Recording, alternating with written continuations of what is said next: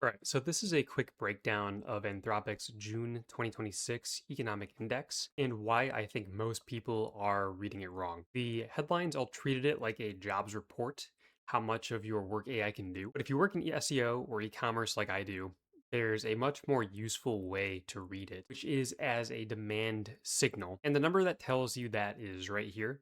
93% of Claude conversations now produce an artifact, some concrete thing the person walks away with, not just a page they clicked to get to. And that's the shift I want to sit on for a second because it changes the unit of demand itself. The old chain we all optimized for was a keyword, then a ranked page, then a click, then somebody actually reading the thing. The new chain is just a task and then an assembled answer.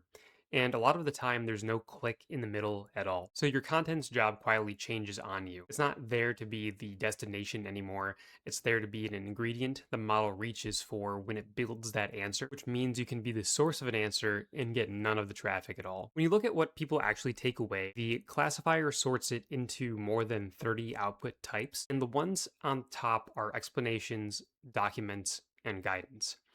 Those are the exact things that used to be a search and read task, right?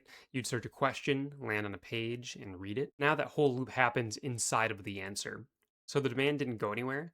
It just changed shape into something you don't necessarily get a visit from. This is the part I find most useful, and I'll flag up front that the mapping here is my own read, not Anthropic's.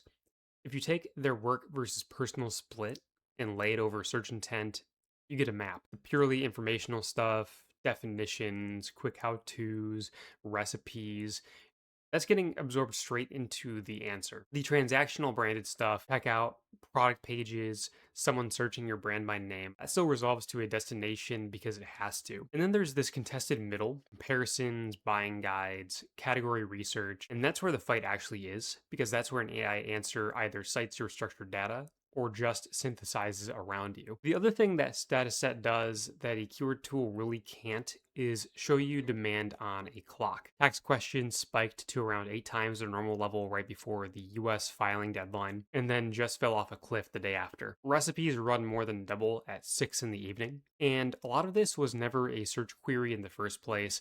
Nobody types plan my meals around what's already in my fridge into a search box. So it's genuinely a new demand surface and not just a new view of the old one. So which content works actually survives this?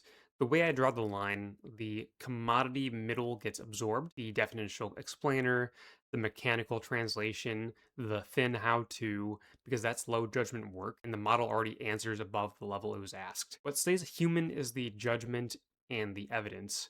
So, audience facing writing where the model's polished doesn't beat your intent, first party data, real expertise. If your content operation lives in that commodity band, AI isn't a productivity tool for you, it's the competitor. If it lives in the human band, it's leverage. So, the through line here, and this is honestly the optimistic part, is that the answer economy still needs answer worthy inputs. And AI answers only ever as good as the sources it can find and trust. And those are structured data, first party evidence, real expertise. I put the full write up with all of the charts and a what to do Monday checklist on my website. And the link is on screen and in the description. And happy to get into it in the comments below. See you, team.